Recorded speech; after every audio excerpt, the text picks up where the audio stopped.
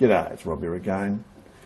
Well, quite a while back I showed you how to fix these automatic centre punches, and basically you have to clean up the end of a little piston, little spring-loaded piston that's in this end here.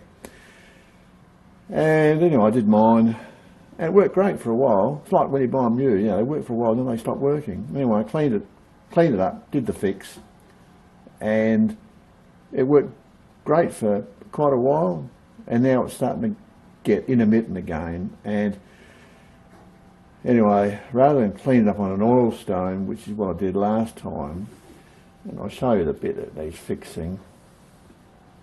It's not the spring bit, and leave that alone.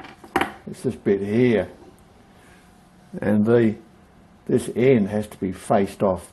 It gets a little sort of, it gets marked by the end of the shaft that goes through from this end. So, you know, once you lose that sort of sharp edge, it just sort of won't click in, it just sits there. So I tried doing it on the oil stone again, like first time, and it's still got a mark in there. If you look closely, you'll see it's like a, yeah, like a little concave mark thing in there from the end of with the pin. So this time I'm going to clean it up using that little 775 powered tool post grinder. This should be a perfect job for this. So that's what we'll do. We'll use just a very fine Dremel sized, air tool sized, you know, micro air die grinder sized cut off disc, just to dress up that end. I'll hold this in a collet. Well, I could damn near hold that in the just ordinary chuck, so dragging the collets out. Yeah, I'll stick it in the ordinary chuck, I think it'll be alright. And we'll just face it off with that little 775 powered machine. Man, that's a handy gadget, that thing. That is so handy. I use that just about every day, you know. It's so good for model making and this sort of work. It's just unbelievable. Alright, let's do it. So we're good to go. I've stuck it in the 3-jaw. It's just that I've done it up very, very lightly. We're not going to mark it in any way. And this is where, you know, little grinders are so good because you can machine stuff without putting any pressure on it. You know, it's just like rubbing it with your finger. Whereas if you were to use this, you know, it's going to dig in and want to turn it, and it's going to tear up the sides of it, and you've got to pinch it down hard. Totally different ball game. So this is where little grinders are fantastic. You know, you can have huge overhang with a grinder as well because there's no loading on it. Whereas if you had a, you know, big overhang and this diameter stuff, you know, it's only got a catch and it'll just rip it. And yeah, totally different ball game.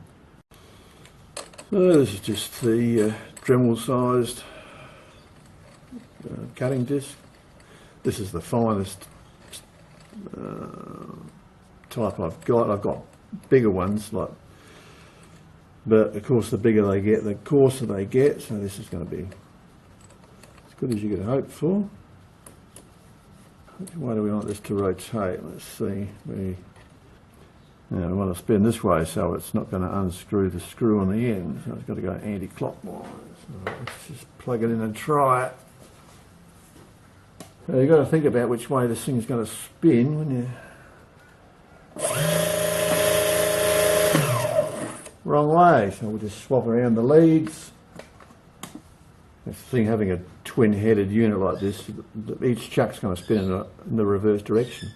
Alright, so let's come in and do it. Oh, a bit of newspaper to help. Got to have a bit of protection, so I'll put a bit of old newspaper under there. It won't make much mess anyway, I'm only going to just kiss it a few times. So, yeah, that should do it. Let's fire up. And we'll lock the carriage. And just use the top slide. Alright.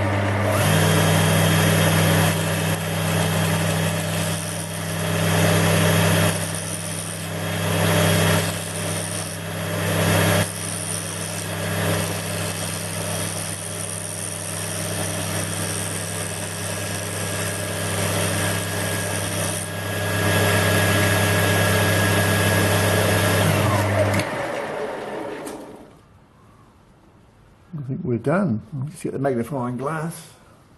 If you try and do it by hand on an oil stone, you're going to be wobbling around, you know. This way it's going to be dead 90 degrees, dead level. Oh yeah, that looks good. It's not bad. Yeah, I think that's all it needs. Yeah.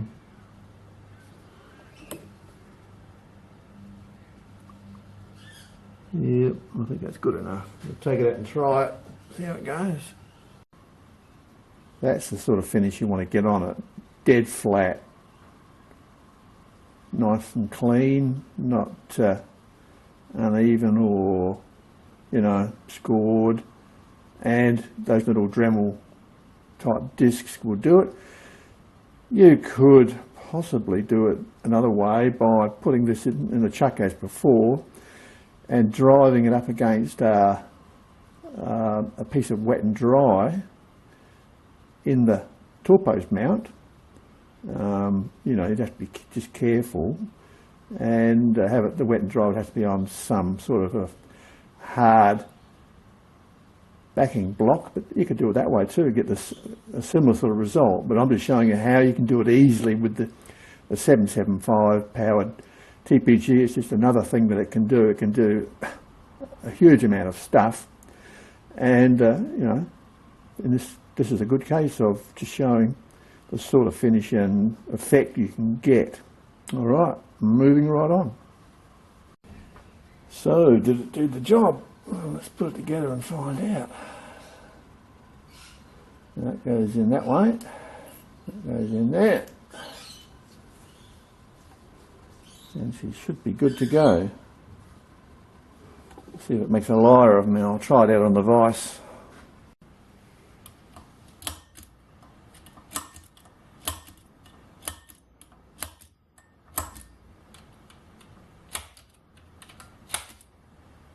Perfecto.